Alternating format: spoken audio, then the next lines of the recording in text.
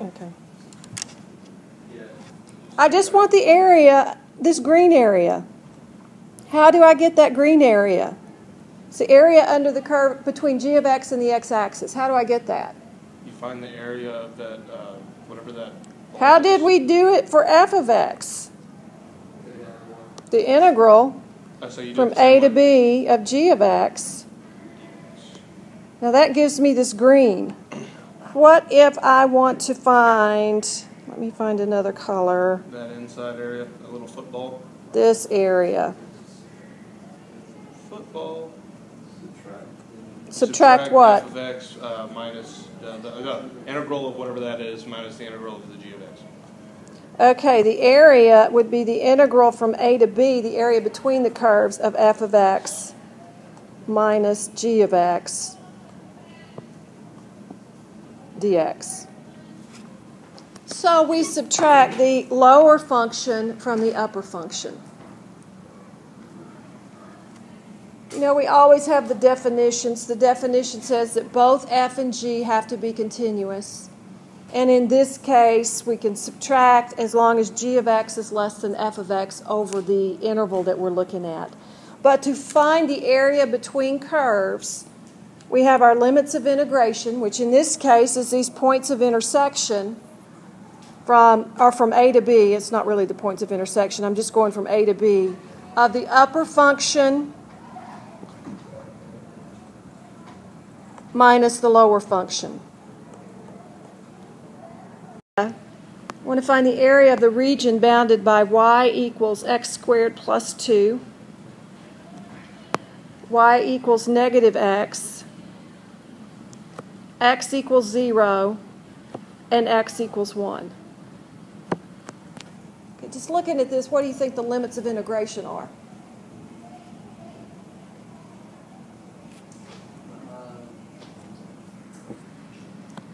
What kind of line is x equals 0? It's just a line. And what kind of line do we call that? Pardon? No, x equals 0. It's the origin. The origin. X equals 0. It's a horizontal. It's just the x-axis. Horizontal. It's a vertical line. Vertical line. Vertical line. These are vertical lines. So I'm looking between x equals 0 and x equal 1. Let me make this a little bigger. They have undefined slopes. Ooh, who said that? See if I can erase that. It's not erasing. Oh, well. Dude. All right, so if we graph y equals x squared plus 2, and I'm really only wondering about between 0 and 1, x squared plus 2 looks something like this. Y equals negative x looks like this. And so if this is x equals 0 and x equals 1, the area that I'm looking for is this area in here. Yeah, we'll do it. And so we can take the integral from 0 to 1. Which function is the upper function? The y equals x squared plus 2. So x squared plus 2 minus the lower function. So we get x squared Plus x plus 2. plus x plus 2 dx. And you can integrate that pretty easily. So that area under the curve, once we integrate and plug in our 1 and our 0, is 17/6. After we've stated our integral, the rest of it should be pretty routine to you by now. You never have, when you have limits of integration, you never have a plus c. You should always get a number when you have these constant limits of integration. Okay, so let's just do a few of these. I think just looking at them is the easiest way to do it. Notice these graphs did not intersect, but many times they do, and if you're not given limits of integration, then you need to find the points of intersection. Wait, what would the point of intersection be? Okay, well, let's just look at a specific problem. I've got f of x equals 2 minus x squared, and another function, g of x, equals x. Now, before we even graph those, can we find out where they intersect? How? No calculator. Put your calculator up. Can't use your calculator. Could we find out where they intersect? Yes. How? Formula. What formula? Midpoint formula would give me the intersection point? No. What do we know about the x values if they intersect? Equals 0. They equal 0? They're going to be the same. They're going to be the same number. So if I set 2 minus x squared equal to x, I should be able to figure out where they intersect. So you're going to say 0 equals x. Oh my goodness. and now you can see why you need to be able to factor. So it looks like they intersect in two places. Where is that? When x equals 1 and when x equals -2. Those are the points of intersection. All right, so that helps us in graphing it sometimes if we know where they intersect. So let's go ahead and graph these two functions. We know we have g of x equals x, so I'll go ahead and graph that. It looks something like this. And when x is 1 and when x is -2, these two functions are going to intersect. What kind of function is f of x? No, it's 2 minus x squared. What's that going to look like? Parabola. Is it up? Does it open up or open down? Open down. Okay, so we know it shifts up 2 units, it opens down. We know they intersect when x is -2. And so if I plug in a -2 here, I'm going to get 2 minus 4, which is -2. So they're going to intersect at the point -2, -2. If I plug in a 1, they intersect at the point 1, 1. So the graph looks like that's the area that I want to find between these two curves. You could go ahead and draw it on out, but this is all that I'm interested in, is the shaded part. So, that's the shaded part. Sam, what is the integral that I am going to find?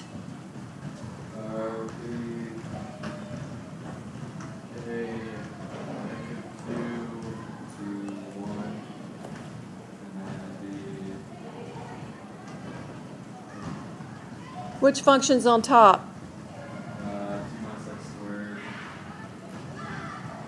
And then this x What do I do with the x? minus x. Minus x. And we can integrate that function. So we got 9/2 on that. Let's look at another problem. This is really like one of the easier problems that could be on it. We've done the hard part. Finding the area between curves is not difficult if you know what they look like. If I have g of x equals the sine of x,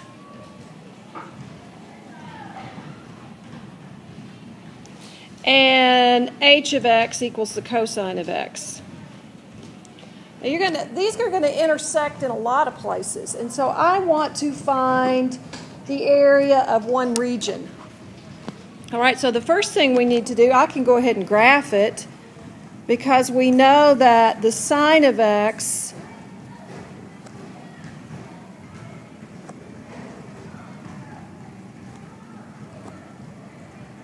is going to look like this,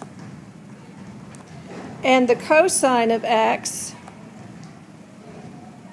is going to cross here and be at its minimum there. The cosine looks like this. So and it's going to repeat that on and on and on. These are going to intersect over here. I want to find the area of one of these regions. How do I do that? What do I need to find first? Exactly what they intersect. Where do they intersect? And how do I find where they intersect? Sine x equals cosine x. Ooh. And where does that happen? At pi over 4. At pi over 4? Where else? At 5 pi over 2? No, sorry. 5. This is the first quadrant. Okay, Joey, be quiet. First quadrant it intersects. Where else is it going to intersect? 5 pi over 4. Hush. That's right. It's 5 pi over 4. I ask you to be quiet. Sorry. What other quadrant is it going to intersect in? Where else is this? The value for the sine and cosine are the same in quadrant 1. Where else are they the same? Quadrant 3. In quadrant 3. What is the value of the sine and cosine in quadrant 3? Right? William, we're dealing from 0 to 2 pi here. Never go negative. Negative 5 over 4. Negative 5 over 4. Why negative 5 pi over 4? That would put you back in the second quadrant. It's 5 pi over 4. Just You're going, these are your angle values along the x-axis. So what is it in? Looking at this quadrant, if we're going to go from this interval from pi over 4 to 5 pi over 4,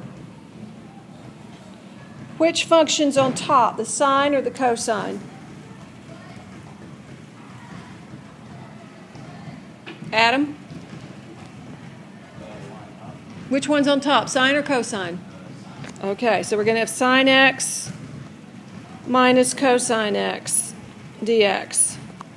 Matt, when I integrate, what do I get for the antiderivative of the sine? You get cosine x. Cosine x? Or, sorry, negative x. What do I get when I integrate the cosine? You get sine x.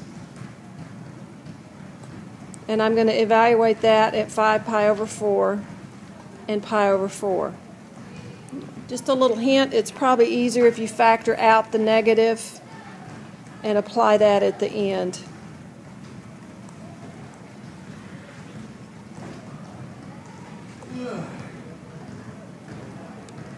All right, sometimes curves can intersect in more than one point. And so if they do, you have to examine the curve and find all the points of intersection.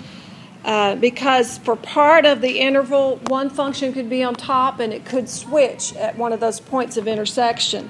If we have f of x equals 3x cubed minus x squared minus 10x and g of x equals negative x squared plus 2x. I need to figure out what these graphs look like and what the points of intersection are. So to find the points of intersection, the easiest thing to do is set them equal to each other. So we have 3x cubed minus x squared minus 10x equals negative x squared plus 2x. Right, if I add x squared to both sides, these cancel, and I end up with 3x cubed minus 12x. I can factor out a 3x, and we have x squared minus 4. So what are the points of intersection? 0. X equals 0, x equals 2. plus or minus 2. So those are the points of intersection. That can help us graph it. If I'm going to graph this and I don't have a calculator, I also might want to determine what's going on here. This has a cubic function, a positive leading coefficient, which tells us the end behavior is like this. This has a quadratic with a negative, which tells us that it's going to end behaviors like that. I could find the zeros of each function. To do that, on f of x, I'm going to factor out an x, and we're left with 3x squared minus x minus 10. So that gives us x times, and we know you're going to have a 3x and an x. What do we want? 5 and 2 times, yeah. Plus 5 minus 2, did I do that right?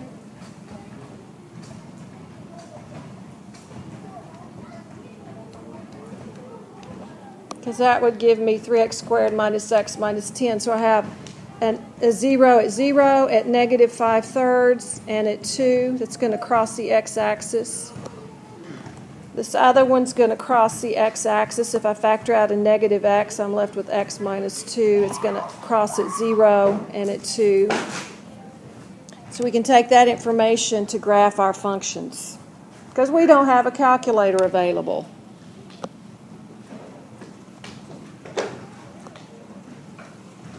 We said that they intersect at x equals 0 when x is positive 2 and when x is negative 2. The first function had x-intercepts at 0. We said at, what were the other, at 5/3, negative 5/3, and at 2. Negative 5/3 is over here. This one has a at, did I do the, yes, this was where they intersected. Okay, g of x is at 0 and negative 2. And we know that they intersect each other when x is 0 and when x is plus or minus 2. So if we were to graph the graph in blue, it's got 3 zeros, and we said the end behavior was like this. So it's going to be coming up like this. I'm not worried about exact values. It's going to look something like that. The g of x crosses at this point and, wait, it only crosses twice. It crosses here and here. And so it's going to look something like this. Notice they intersect here, they intersect here, and they intersect here. It doesn't have to be an exact graph, just an idea so I can see what's on top and what's on bottom. So notice I'm going to have to separate this into two integrals. I'm going to have to go from negative 2 to 0, and which function is on top there? F of x or g of x? The blue one, which was, I think, f of x, wasn't it?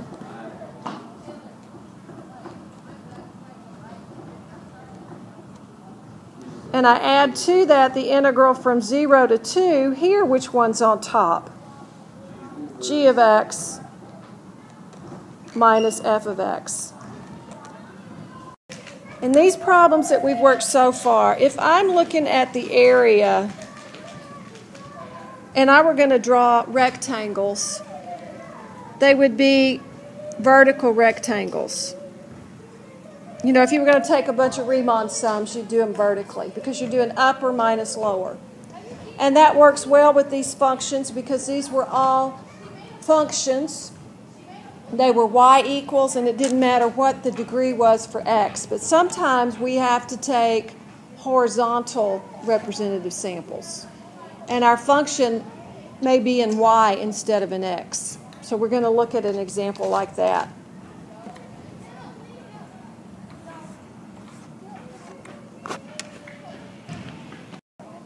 Okay, when we integrate it, we get 4.5. But notice it was right minus left. If you work it all out, you get 4.5. Mm-hmm. If you're using vertical strips, if it's easier up and down to use the functions you're given using up and down, it's upper minus lower. But if your equations are in y squared or y cubed, it's going to be easier to keep your equations in y. Be sure your limits are y. This is y equals negative 2 and y equals 1. And integrate right minus left.